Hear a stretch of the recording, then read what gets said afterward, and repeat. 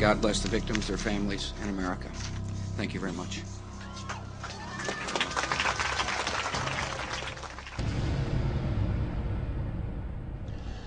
It's been said that all truth passes through three stages. The first stage being denial, the second stage being violent opposition, and the third stage being widespread acceptance as common knowledge. Well, as you view this documentary, keep in mind that people watching will probably fall into one of those three categories. One group of people will absolutely deny that what they're seeing could possibly be true. The second group of people will be violently opposed to this kind of information being released, and they'll do everything that they can to discredit the messenger rather than pay attention to the message. And yet there will probably be a third group of people that will sit back in their easy chair and say, I'm not surprised, I knew it all along. With this in mind, let's begin by playing a little word association. I'll say a word, and you think of the first word that comes to mind. Conspiracy theory is what most people think of. We've all been conditioned to associate the word theory with the word conspiracy because, after all, no conspiracies could possibly be true. They're all just theories, aren't they? Well, in the phrase conspiracy theory, there are two words. The first word, conspiracy. The second word is the active word, theory. By definition, a theory is a supposition, an idea, a concept, a hypothesis. Let me give you an example. In theory, if I purchase a raffle ticket, I could win a prize. Now, as long as I don't purchase a raffle ticket, my win is theoretical. But once you purchase a raffle ticket, the win is no longer a theory. It becomes a possibility. And the more raffle tickets you purchase, the more possible and eventually probable the win becomes. Such is the case with a conspiracy theory. As long as there is no evidence, it is a conspiracy theory. But once you have a piece of evidence, no matter how flimsy or circumstantial it may be, it becomes a possibility. And the more evidence that is gathered, the more possible and eventually probable the conspiracy is. You'll be looking at evidence in this documentary, and it will be up to you to decide if this is a conspiracy theory or indeed a conspiracy. Let us never tolerate outrageous conspiracy theories concerning the attacks of September the 11th. Malicious lies that attempt to shift the blame away from the terrorists themselves, away from the guilty. On September 11th, 2001, 4 events occurred within an hour and 15 minutes of one another. The first event occurred at 8:45 Eastern Standard Time when American Airlines Flight 11 hit the North Tower of the World Trade Center. And then 18 minutes later, at 9:03 Eastern Time, United Airlines Flight 175 slammed into the South Tower of the World Trade Center. And then at 9:43, it was reported that American Airlines Flight 77 had hit the Pentagon. And then finally, at 10 o'clock Eastern Time, United Airlines Flight 93 crashed in Shanksville, Pennsylvania. Now, unless this is one incredible coincidence, is it not safe to assume that all 4 of these events are inescapably married to one another? And is it not also safe to assume that if you find one person involved or a party involved with one of these events, they're probably involved in all of them? Well, following this train of thought, since there was no credible claim of responsibility, is it not safe to assume that those involved or those parties involved or agencies or groups that were involved in the events of 9/11 would do anything that they can to obfuscate, distract, or distort or cover up any information that might lead to their discovery? And if that's true, is it not also safe to assume that if you find somebody, a group, an agency, a party that is involved in the obfuscation, distraction, distortion, or cover-up of any information involved in any of the events of 9/11, does it not indicate possible involvement and even guilt in the events of 9/11? Keep this in mind as we look at the video evidence of September 11th.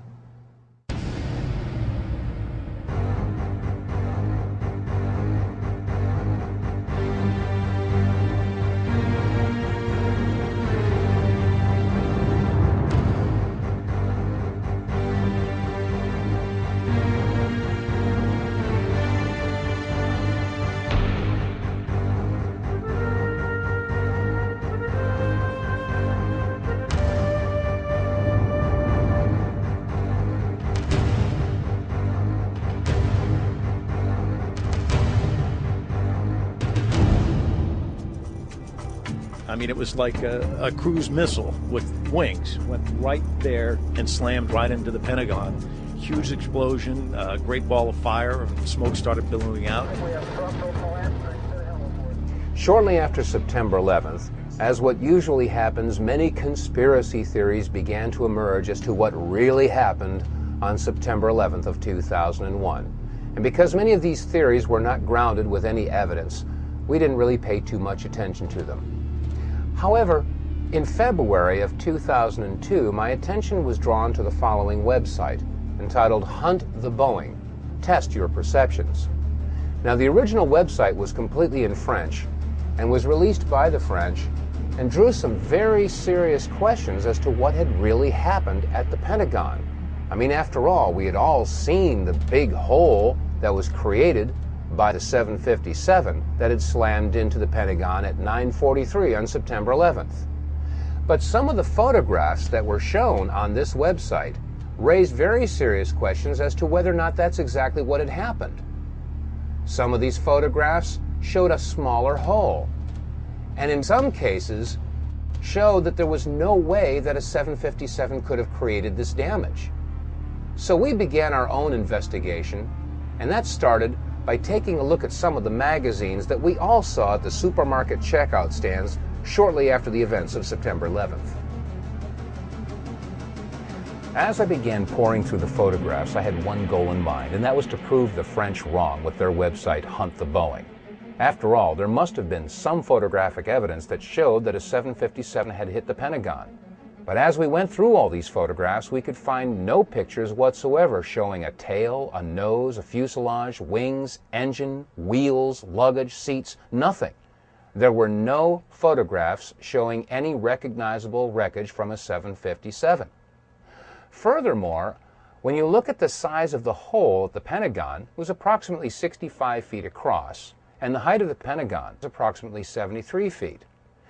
From wingtip to wingtip, a 757 is 124 feet 10 inches.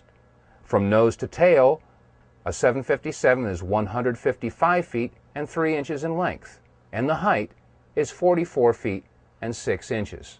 However, when you look at the hole at the Pentagon, you'll find that it's only approximately 65 feet across.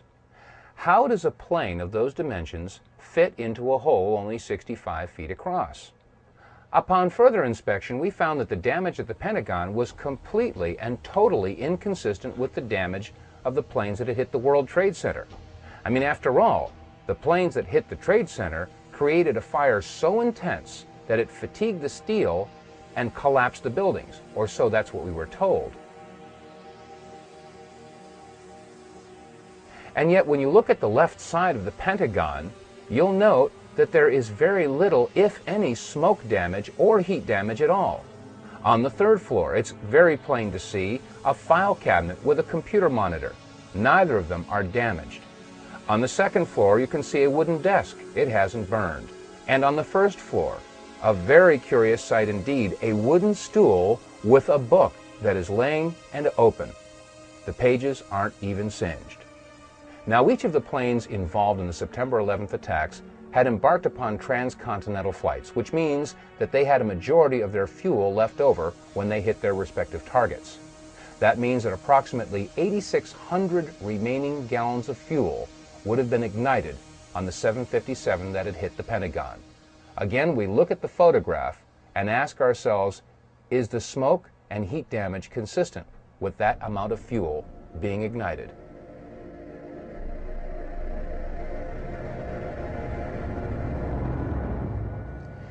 Ms. Therese Sagnier, a certified environmental specialist and a member of the Environmental Assessors Association, sent us the following letter after a brief conversation we had on the telephone.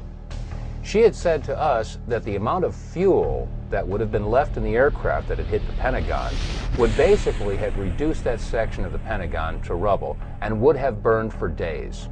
And that 8,600 gallons of fuel had a BTU rate of 86 million. She also stated that looking at the total weight of this aircraft in conjunction with its velocity, the Pentagon should have been reduced to the thickness of a pancake. Also, the fuel spill of 8,600 gallons would have posed a very large soil removal and disposal project, since the contaminated soil will be considered hazardous waste under Title 40 of the Code of Federal Regulations. Another interesting question that is raised is in the photographs of the collapsed area of the Pentagon. If you'll note the upper floor and roof area, it appears that that area simply collapsed and does not show any impact damage from a tail section that was over 43 feet in height. How could a 757 slam into the Pentagon and not have an impact area where the tail section would have hit the upper floors? Shortly after these questions were raised and the topic was open for discussion on our radio show, The Power Hour, these 5 frames were released from a security camera at the Pentagon. The only problem is that the release of these 5 photographs seemed to raise more questions than they answered. First of all, why was the date incorrect in the lower left corner of the screen? Second of all, they really didn't show that there was a 757 that had hit the Pentagon. And thirdly, many people asked, is this the only security camera that was on at the Pentagon? The Pentagon. This is the nerve center for the United States military, supposedly the most secure building in the country. And this is the only video footage that was available of the most heinous attack ever recorded at the Pentagon? Where were all the other security cameras aimed? What about the security cameras that were on in the hallways of the Pentagon? Every inch of the Pentagon is under video surveillance. Where are those video cameras? We also had a report about a gas station whose video camera was pointed in the exact direction where the 757 would have hit the Pentagon. Shortly after the event, it was reported that federal officials showed up at that gas station and confiscated that footage.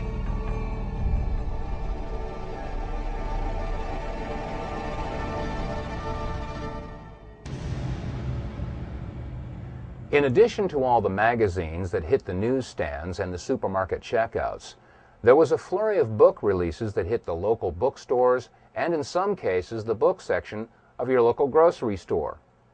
One book is America Attacked, which was released by University Press of California, and it was edited by Sarah Jess, Gabriel Beck, and R. Joseph. In reference to the attack on the Pentagon, on page 194 it states, "The jet had plowed a crater 100 feet wide that ripped away the walls of all 5 stories of the building, collapsing the outermost rings which encircle the Pentagon." In this picture, we ask, do you see a crater 100 feet wide or 50 feet wide? How about in this picture or this picture? It doesn't appear that there was any crater at all. They went on to say that it had ripped away the walls of the 5 stories of the building, collapsing the outermost rings, which encircle the Pentagon. Now, there should be no question that the outer rings of the Pentagon have indeed collapsed. We've seen pictures from one angle, from another angle, and America has seen these pictures. We all assumed that that was the damage that was caused by the 757 hitting the Pentagon. But shortly after the release of the article From Deception to Revelation, we were sent some photographs that were taken apparently right after the event and before the outer walls had collapsed. When examining these photographs, we can clearly see that the area in question had not yet collapsed. In fact, there is very little evidence of a hole big enough to accommodate a 757. The hole that we do see is approximately 14 to 16 feet across. Question: how does a 757 fit into a 16-foot hole and leave no damage or wreckage on the outside of the Pentagon? These are questions that deserve serious scrutiny.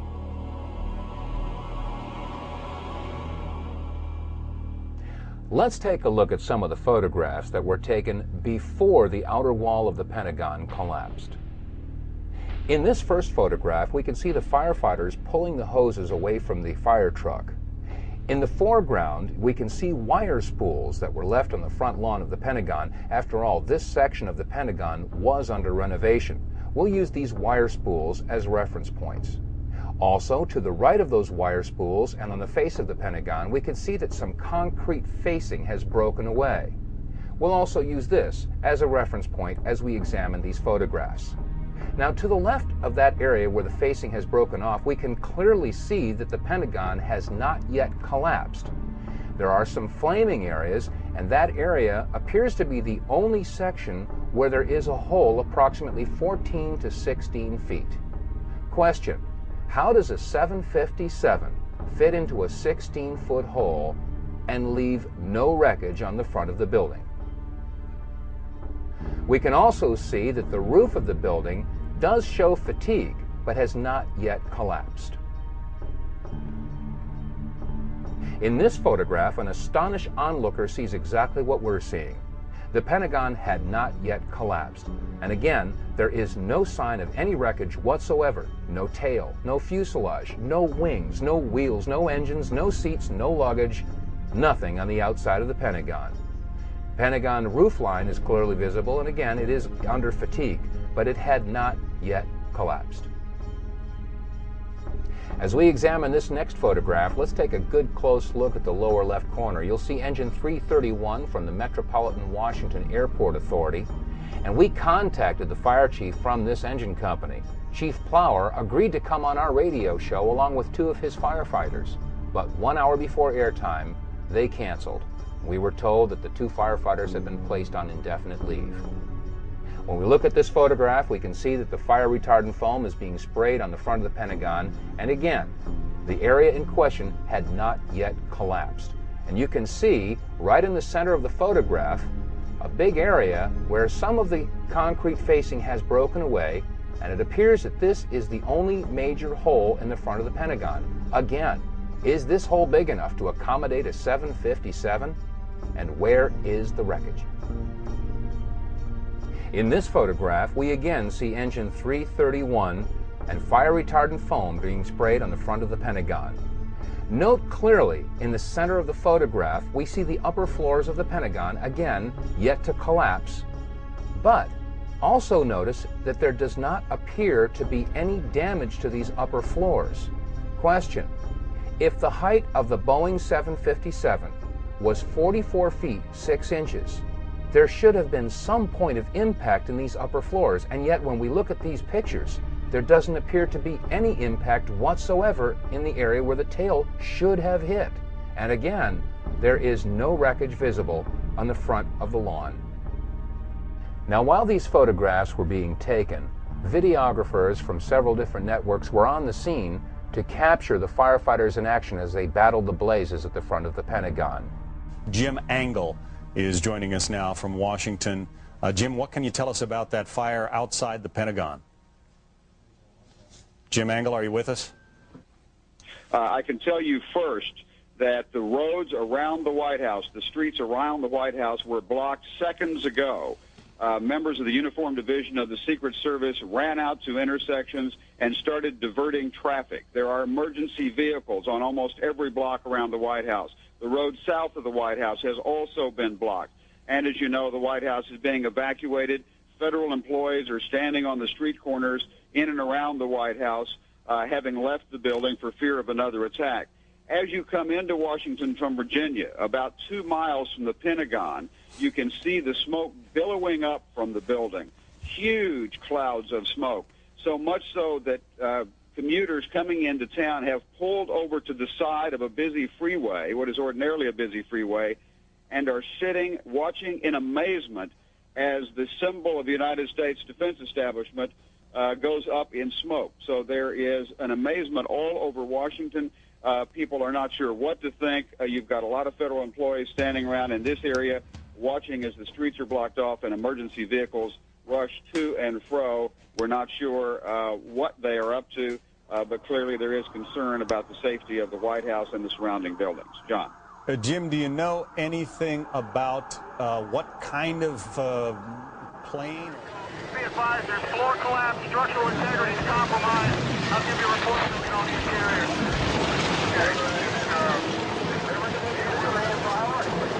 We have structural collapse.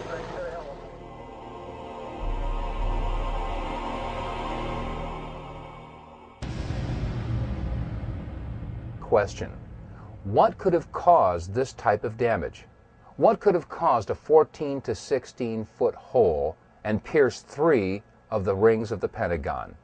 Keep in mind that each ring of the Pentagon has an outer and inner wall, each wall approximately 18 inches thick of steel reinforced concrete.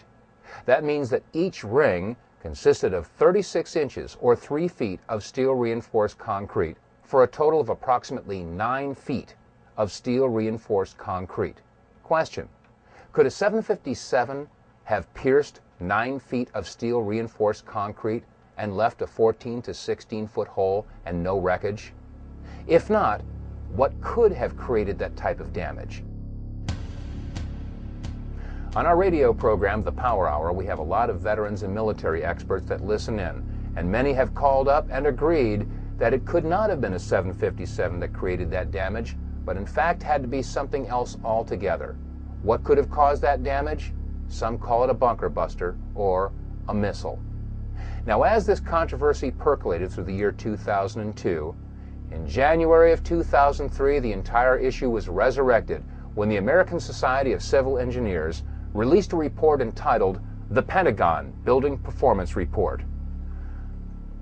The announcement was made on CNN, and they showed an animated video that illustrated how the 757 slammed into the Pentagon and took out 50 support columns. Let's take another look at this computer-generated animation from the American Society of Civil Engineers at Purdue. And as we look at this plane, ask yourself this question: what significant information was overlooked in this computer graphic model from the American Society of Civil Engineers? Well, first of all, the 18.5-inch steel reinforced concrete exterior wall of the Pentagon was omitted. Second of all, you'll note that when the tail section enters the Pentagon, it remains intact. How is it possible that the tail section, over 40 feet in height, would have remained intact as it entered the Pentagon and left no entry point, as is seen in this photograph? Thirdly, and probably the most significant omission of all, is that the engines are missing in this computer graphic model. Despite these omissions, the American Society of Civil Engineers claimed that the plane took out 50 support columns as it entered the Pentagon. When we again look at these photographs, I ask, do you see support columns that have been destroyed? Which support columns were destroyed? How could it possibly be that the American Society of Civil Engineers could release such a report when the photographs clearly show that the entire report is in question? Now let's look at a computer-generated animation that was broadcast on the National Geographic television program Seconds from Disaster, in which they dealt with the attack on the Pentagon on September 11th. In this computer-generated animation, they show that the wings broke off before the plane entered the first ring. Question: if the plane's wings broke off, then why didn't we see any wing parts in the photographs that we examined earlier? Furthermore, in this computer-generated animation, it clearly shows the plane almost completely disintegrating as it passes through the first ring. Question: how could it have continued along its path and pierced another 7.5 feet of steel-reinforced concrete, piercing the second and third rings of the Pentagon, and leave this hole? You can't have it both ways.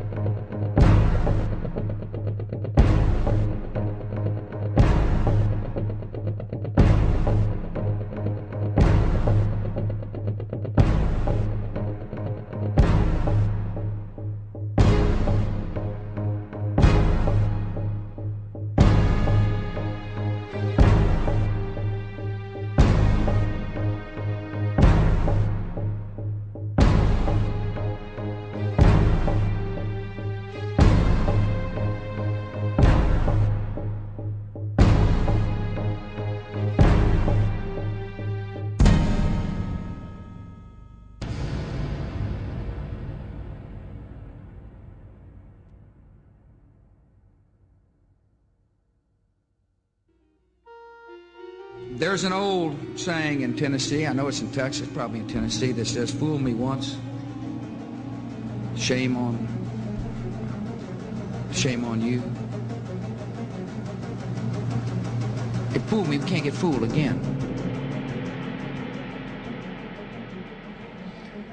You know, there are those that see these pictures and hear this information for the first time, and they inevitably ask the question, well, if the plane didn't hit the Pentagon, where did it go?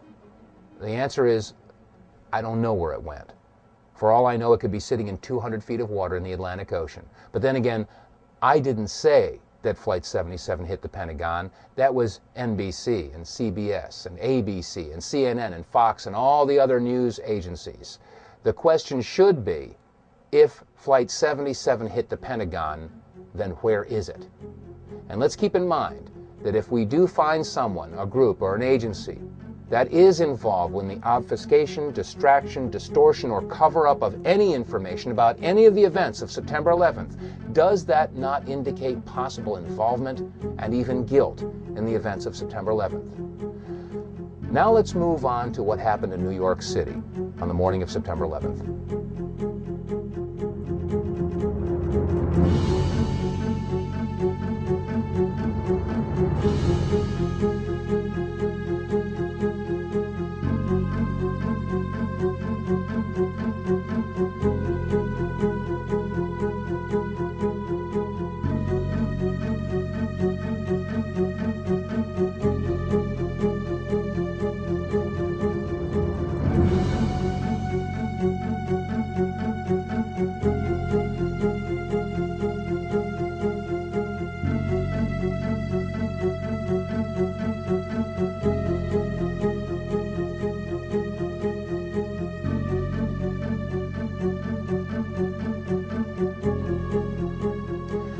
These are just a few of the images that are indelibly etched in the minds of every man and woman on the face of this planet that happened to be near a television set on the morning of September 11th of 2001.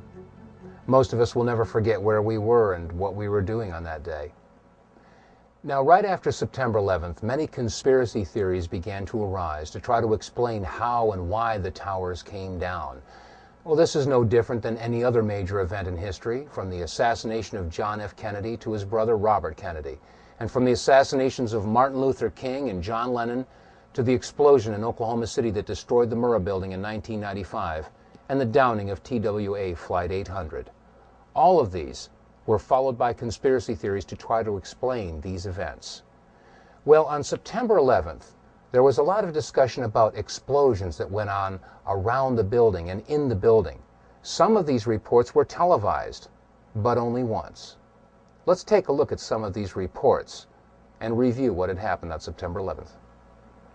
We're being pushed out as well because there was some concern that there might be additional explosions, possibly other bombs. The entire top of the building just blew up. The second explosion and another explosion. We have a report now of a fourth explosion at the Trade Center. There has just been a huge explosion. It almost looks like one of those implosions of buildings that you see. We heard a very loud blast, an explosion. Not clear now is why this explosion took place. Do you know if it was an explosion or if it was a building collapse? To me, it sounded like an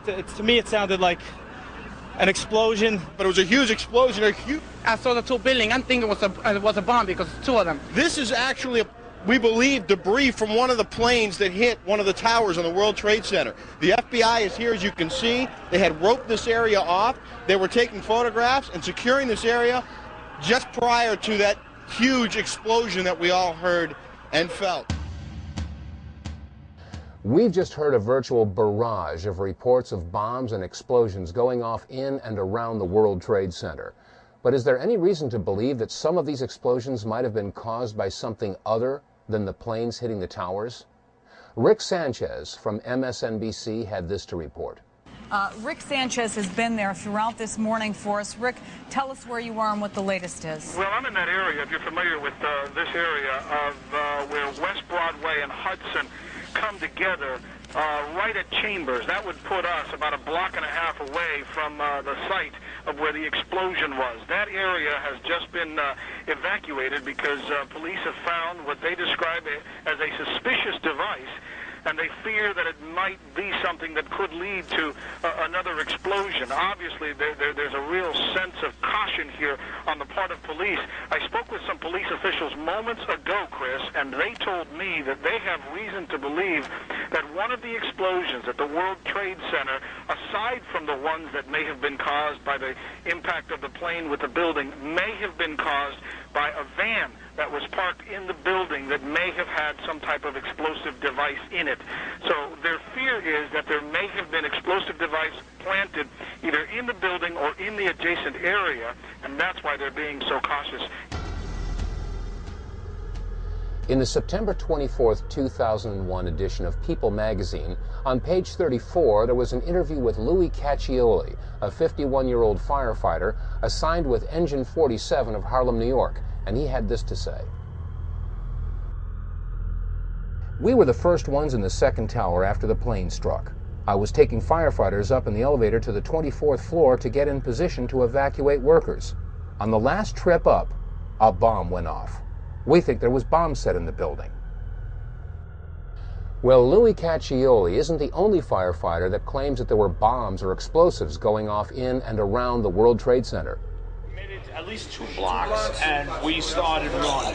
Floor by floor, it started popping out. It was if they had detonated. They were planned to take down a building. Boom, boom, boom, boom, boom, boom, boom. All the way down. I was watching. We've heard eyewitness accounts and testimony from fire officials that indicate that there were bombs, explosives, possibly detonating charges that were utilized in the collapse of the World Trade Center buildings. Is there any reason to believe that detonating charges were utilized in the collapse of the North Tower, the South Tower, or Building 7? One firefighter did say, boom, boom, boom, boom, boom, that's how it went down.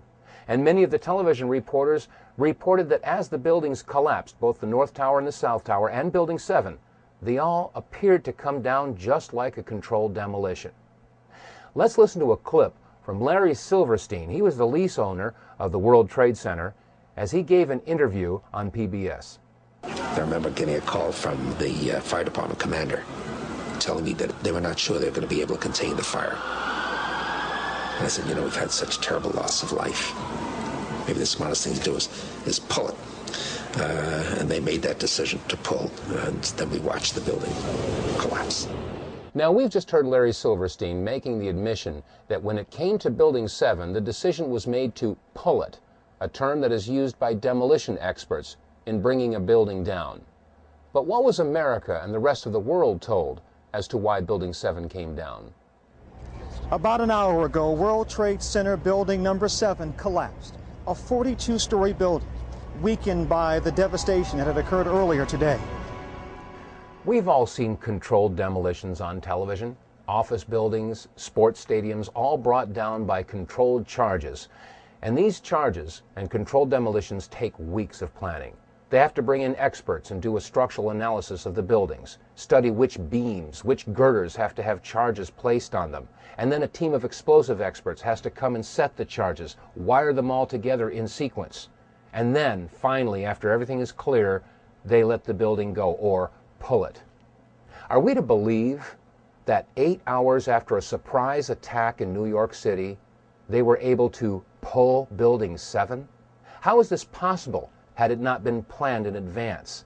And if they did have planned detonation charges in place in Building number 7, is it possible that there were charges in Building 6, or 5, or 4, or the North Tower, or the South Tower?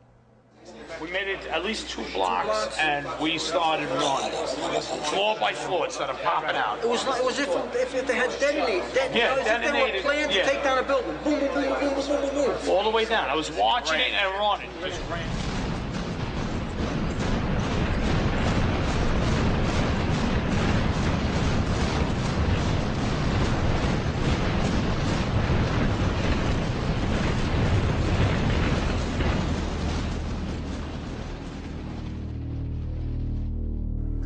Ladies and gentlemen, so far we've seen that we were deceived, if not flat out lied to, about many of the events of September 11th.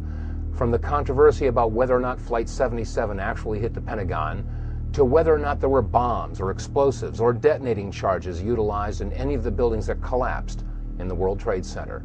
And also Larry Silverstein making the admission that when it came to Building 7, they made the decision to pull it. And now we come to the main events of September 11th, North and South Towers being hit by airliners that were supposedly hijacked by terrorists.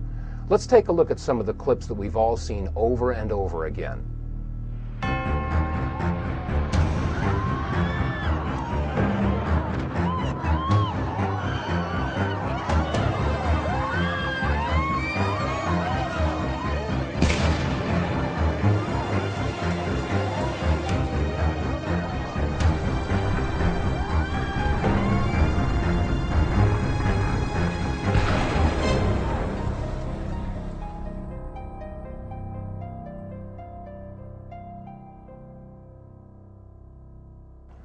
On April 15th of 2004, we received a news release that alerted us to a website that was entitled www.letsroll911.org. Phil Jahan, the webmaster for this website, had taken the video clips that you've just seen and slowed them down and examined them frame by frame, and what he found was astounding.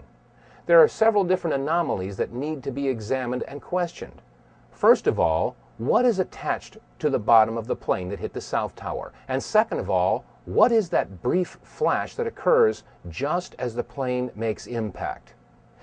Now, when we first looked at this video footage, I said to myself, well, this video footage could very well be manipulated. So I wanted to check it out myself. Well, we went and found the DVD that we had purchased shortly after September 11th entitled America Remembers. This was directly from CNN. We took this DVD and put it in our machine and examined the very clip that you've just seen. Let's take a look at it. Let's take another look at this clip in slow motion, but before we do, keep in mind that sometimes the best place to hide something is in plain sight. We've all seen this video clip, and there have been many publications that have taken frames from this video and published them in hundreds of magazines. Here's an example. On page 3, a full-size blow-up of this picture. And in this magazine, it was published on page 4. And on the back of this book that we discussed earlier, it's on the back cover. I suggest you all take a copy of your magazines and books, and if you have the video footage, take a good hard look. We've all got this. Now let's take a look at this in slow motion. As the plane approaches the South Tower, notice carefully the belly of the plane. There appears to be something attached, and just as it hits the building, there's a flash. Let's take another look in super slow motion.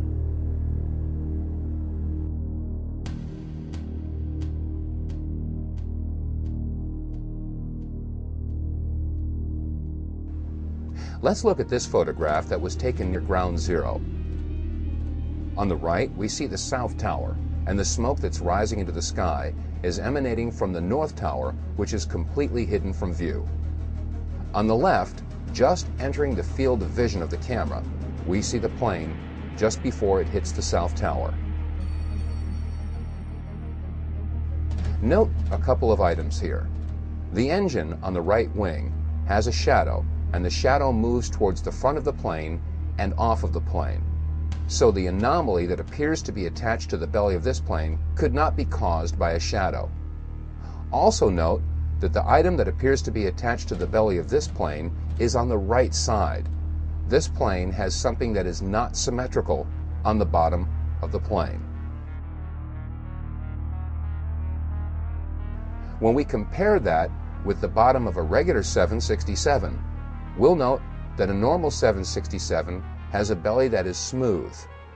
This plane does not.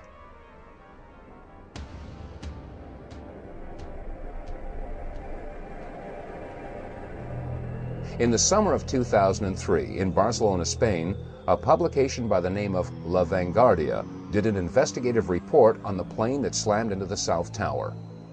After a thorough digital image analysis performed by a Spanish university, the investigators came to the conclusion that the anomaly was three-dimensional in nature and could not have been caused by shadows or reflections.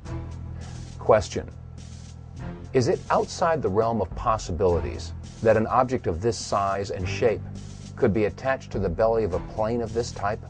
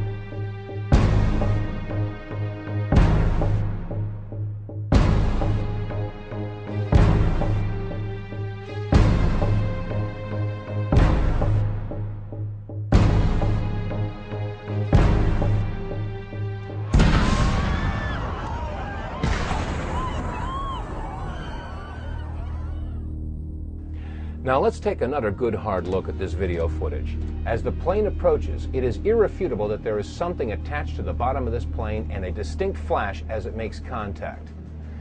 Now there are some that would say that this is a trick of light, a reflection. Well, let's keep in mind that if you hold a mirror in your hand and reflect the sun's rays, that reflection only goes where you aim that reflection.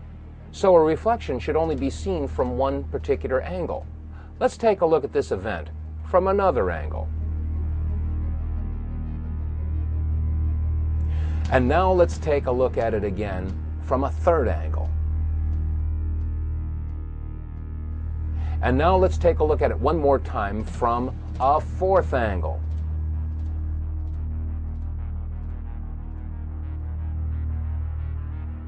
Ladies and gentlemen, you've just seen a very interesting event indeed.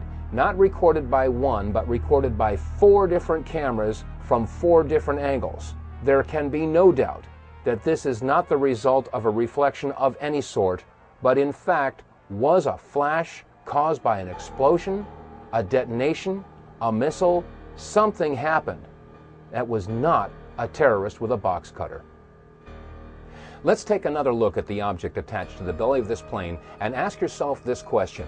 Could something this big have gone unnoticed by the passengers, the crew, the baggage handlers, the service personnel at a commercial airport?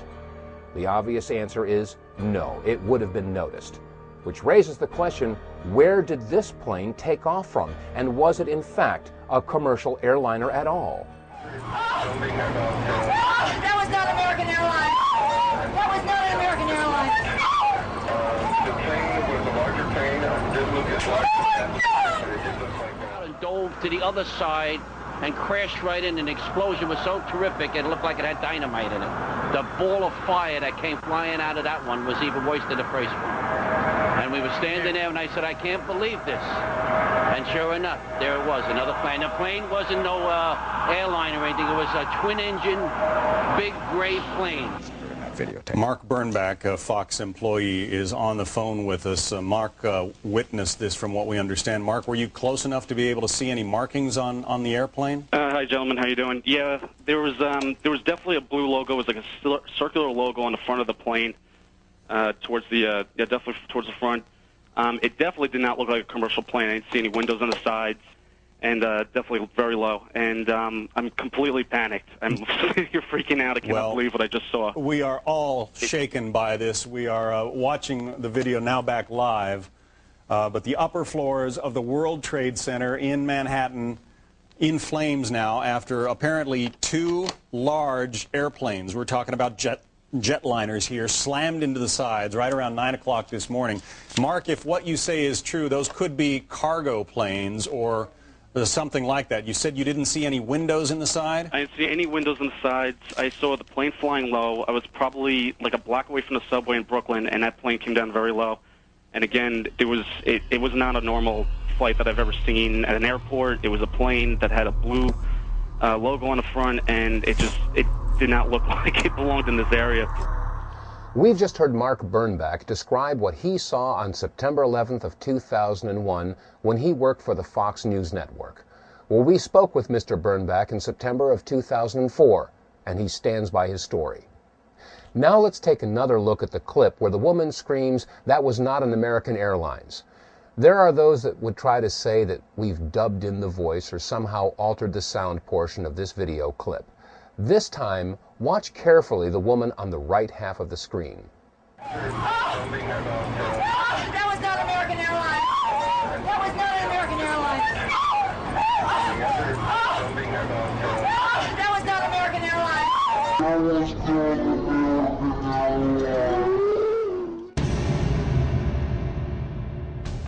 Now, we've just heard testimony that refutes the official report that a commercial airliner hit the World Trade Center. Well, if it wasn't a commercial airliner, it would have to be either a private or a military aircraft, and I think we can rule out private aircraft. I didn't see any windows on the sides. I saw the plane flying low. I was probably... It wasn't no airline or anything. It was a twin-engine, big gray plane.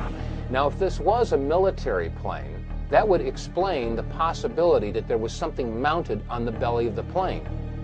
Now, Phil Jahan, webmaster of the website letsroll911.org, and many other people have postulated that this indeed was a pod of some sort mounted to the belly of the plane. Many of our listeners are ex-military and have agreed that this is a distinct possibility.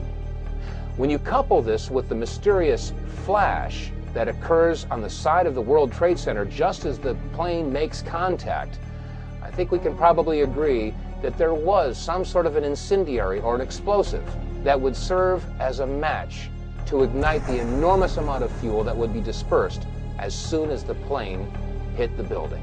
Let's take another look at this one clip, and you'll notice that the flash is a separate event than the contact of the fuselage as it hits the building. Some folks have stated that the flash was a result of the fuselage making contact with the Trade Center building.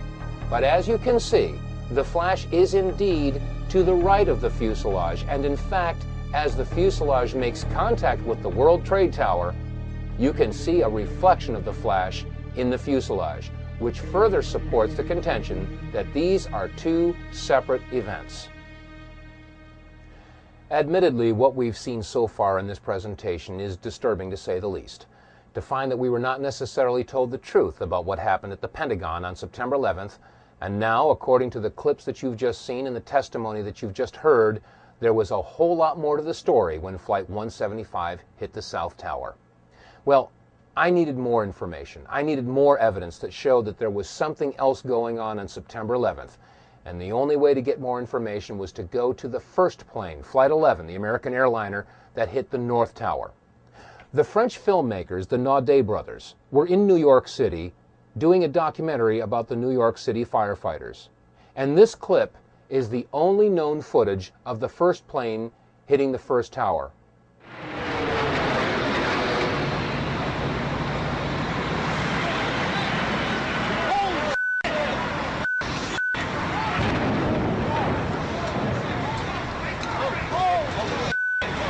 Let's take another look at this video clip, this time in slow motion. You'll notice that as the plane approaches the tower, first of all, we're too far away to get a clear shot in any detail of the plane. So therefore, it's hard to make out whether or not there was anything attached to the bottom of this plane, as was the case with Flight 175. However, there is another similarity. Just as the plane makes impact, there is a flash. Let's look at it again, and keep in mind that as we watch this plane make impact, this flash occurs just before the plane crashes into the North Tower. This time, as we watch this clip, note the shadow rising from the lower right of the Trade Center tower, and keep in mind that the shadow won't reach the impact point before the plane and vice versa. This is very important because the flash occurs before the shadow and the plane meet. This time, let's look at this clip in reverse. You'll notice that as the plane slowly backs out of the North Tower, it is clear of the tower, and then the flash occurs, indicating that the flash occurred before the plane made impact on the North Tower. One more time, this video clip showing the flash as the plane hit the North Tower.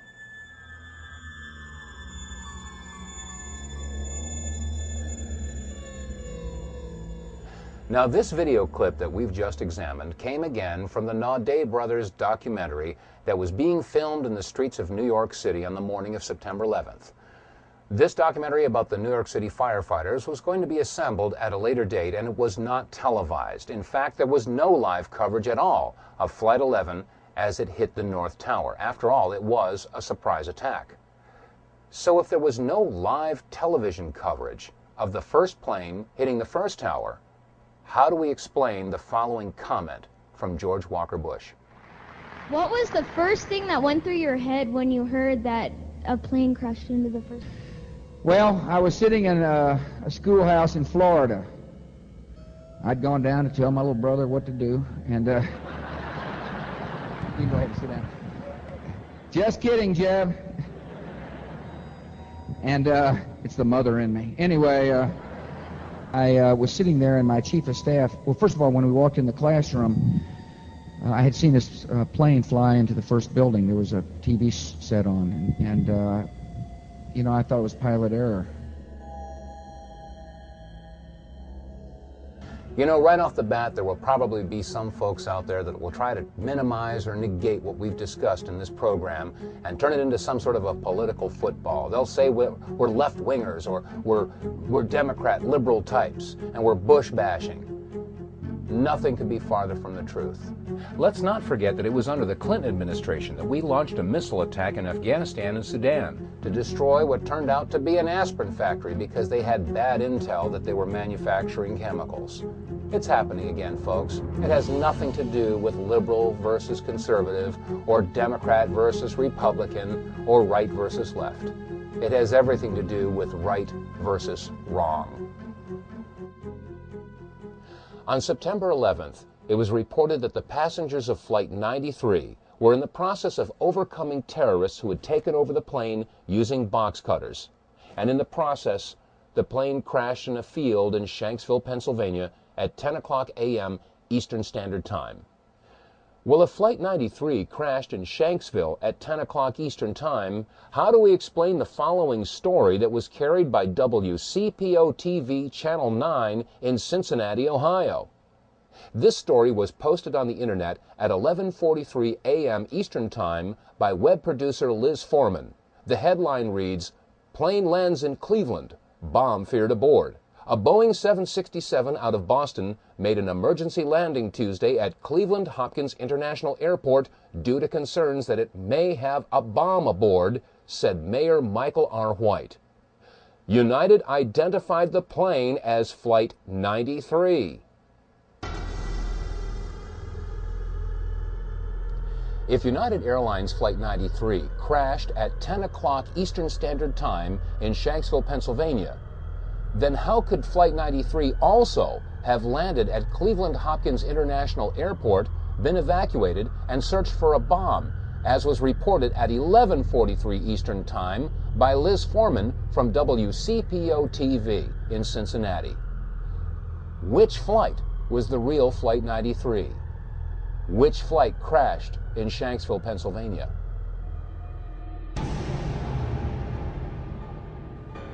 And now we come to the $10,000 question.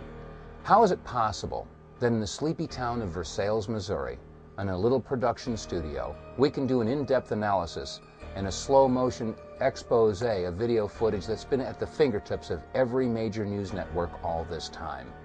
How is it possible that they can show you slow-motion video of car crashes and basketball games, and they can do frame-by-frame analysis of major events in history like the JFK assassination, and yet they haven't seen fit to show you one slow-motion picture of these planes hitting the towers? Why is it that shortly after September 11th, it was decided that it would be too painful for America to see these videos anymore, and so they decided to stop showing them? Maybe now we know why they stopped showing these videos.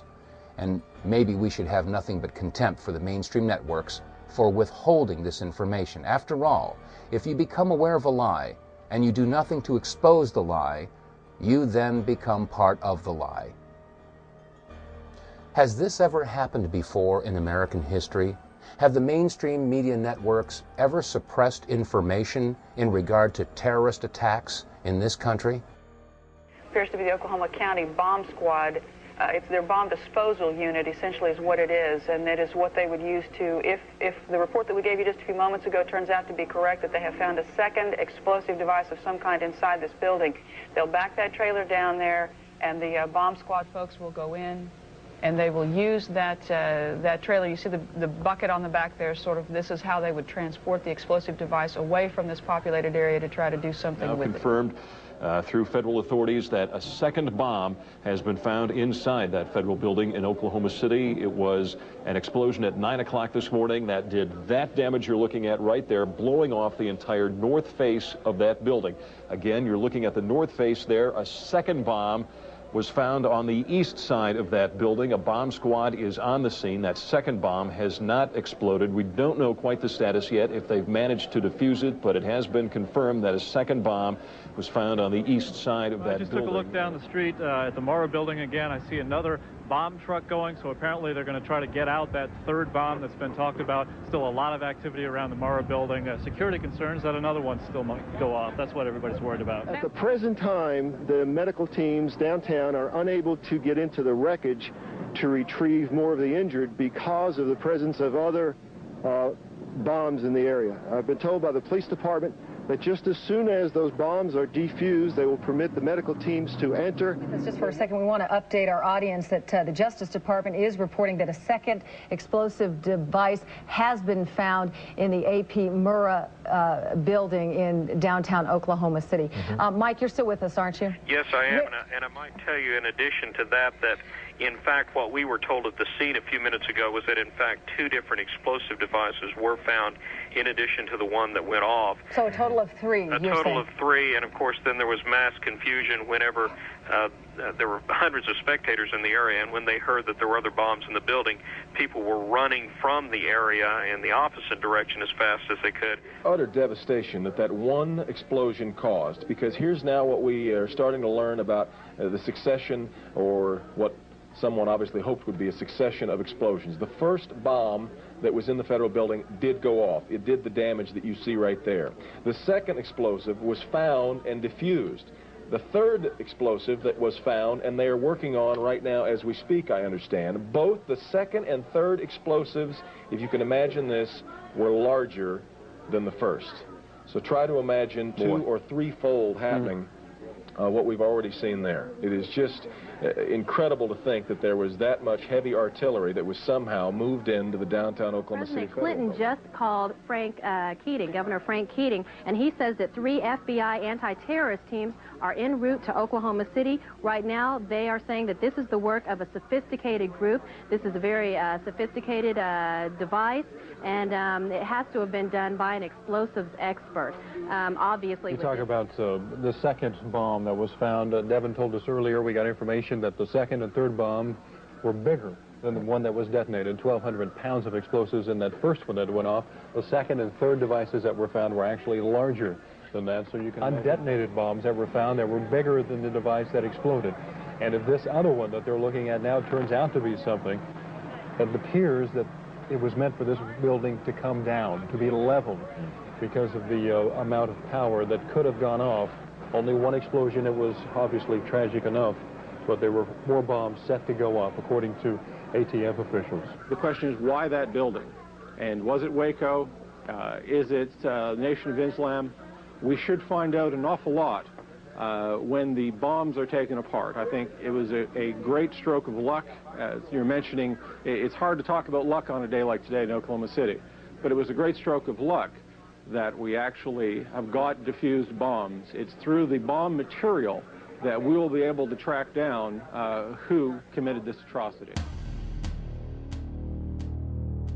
I'm sure many of you are shocked after seeing these clips that you've just seen that were taken from local affiliate stations in Oklahoma City right after the bombing.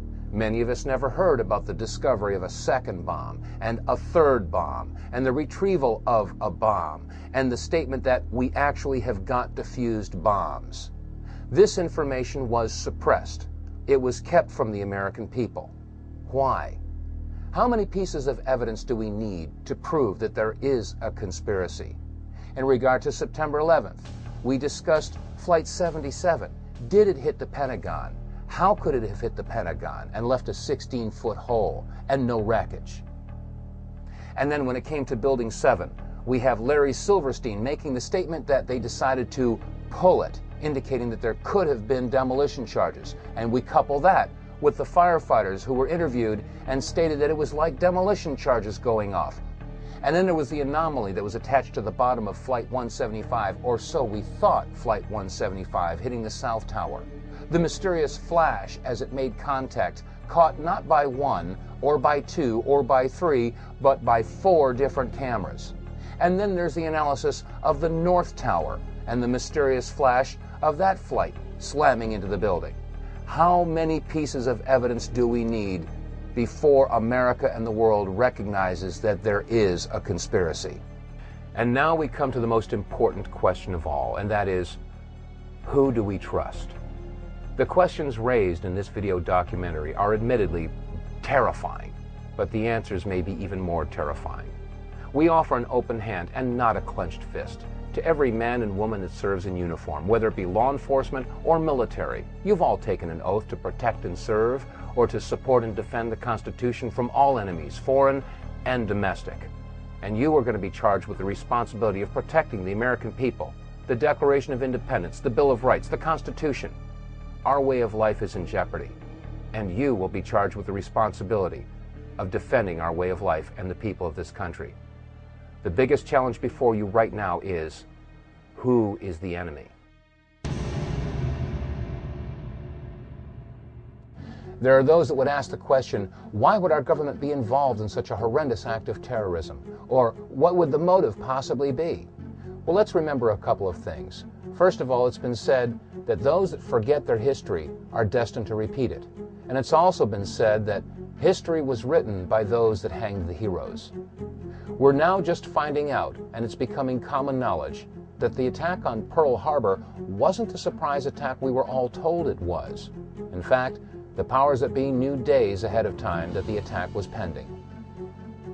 And then there's the Northwoods documents that were released in 1961, in which the Joint Chiefs spelled out plans to attack their own ships, sink battleships, let off bombs, and have terrorist attacks here in the United States to instill patriotism and raise anger against the communists so that we could find an entry into the Cold War. We all know that war makes money, and the events at Pearl Harbor and the very existence of the Northwoods documents should represent a mindset and a clear intent of the powers that be to involve themselves in clandestine operations and to sacrifice the lives of our men and women in uniform, and civilians as well, as long as it will legitimize their involvement in some sort of a military conflict. Let's look at the world situation today. The United States is the only remaining world superpower.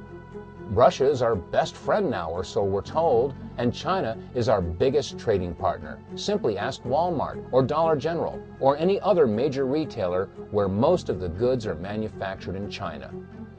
Well, if there is no world superpower boogeyman or enemy to be watching over, well then what better enemy to have than a nameless, faceless enemy without a country that can strike at will in any corner of the globe? The war on terror. A war that, as Dick Cheney has said, could last for decades. Yes, war means money. And defense contracting is the largest industry in the country, if not the world. Billions, if not trillions of dollars are awarded to defense contractors every year. And they'll manufacture $75 hammers or $600 toilet seats, grossly overcharging the American taxpayer. Where does all this extra money go? And now we have to ask the question, how do defense contractors guarantee job security and profitability? And the common sense answer is to guarantee that there is war. Well, you might ask, why doesn't the mainstream media tell us about this? Why hasn't Tom Brokaw or NBC News told us? Well, as an example, NBC is owned by General Electric. General Electric is one of the top 10 defense contractors.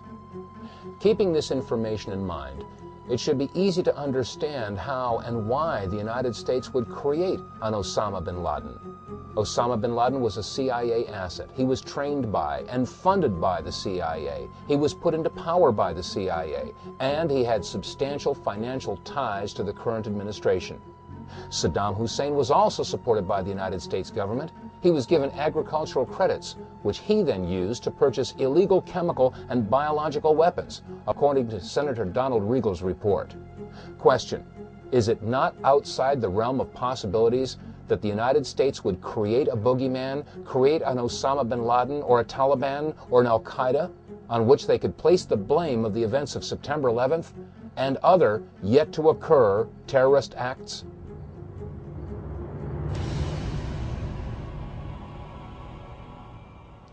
In the beginning of this program, we played word association, if you recall. The term was conspiracy theory. Now, you've seen enough evidence in this presentation to know that we are dealing now with a conspiracy. There is plenty of evidence to support it. The conspiracy theory, in fact, is the idea that Osama bin Laden had something to do with the attacks of September 11th. Let's not forget that on September 23rd of 2001, Condoleezza Rice, National Security Advisor, had stated that they had evidence that linked bin Laden with the terrorist attacks and that they would release that evidence in due time. Well, America and the world are still waiting for that evidence. And in that time since September 11th, we've launched not one, but 2 wars in Afghanistan and Iraq based upon no evidence or a conspiracy theory.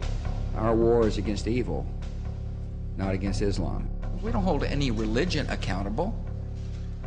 We're fighting evil. What we've seen on this video should give us all cause to stop and rethink everything that we've been told about September 11th. The media and our government have relentlessly pounded into Americans' minds that it was terrorists wielding box cutters that were responsible for the attacks in America on September 11th. And now, after seeing this video footage, we realize that it couldn't possibly have been a terrorist in a box cutter that would have created the flashes on both the North and South Tower. Nor could it have been a terrorist with a box cutter that had that attachment to the bottom of Flight 175. There is one truth that's come out of this, though, and that is that there is a war on freedom. But the war on freedom isn't being waged by those that they say it is. After all, how many of your freedoms have been legislated away by Osama bin Laden or the Taliban or Al-Qaeda or Saddam Hussein? The answer is none. Your freedoms have been legislated away by the very people who take oaths to defend your freedoms. Republicans and Democrats alike. Your Congress, your Senate, your President. There is a war on freedom. And now, thanks to the Homeland Security Bill, the Patriot Act, the Terrorist Bill, the Model States Emergency Health Powers Act, we have thumb scanners and retina scans and face recognition, metal detectors. At the airports, we have body scans and body cavity searches. Yes, there is a war on freedom. And let's not forget what George Bush had said in regard to conspiracy theories. Let us never tolerate outrageous conspiracy theories concerning the attacks of September the 11th, malicious lies that attempt to shift the blame away from the terrorists themselves, away from the guilty. Every nation in every region now has a decision to make. Either you are with us or you are with the terrorists.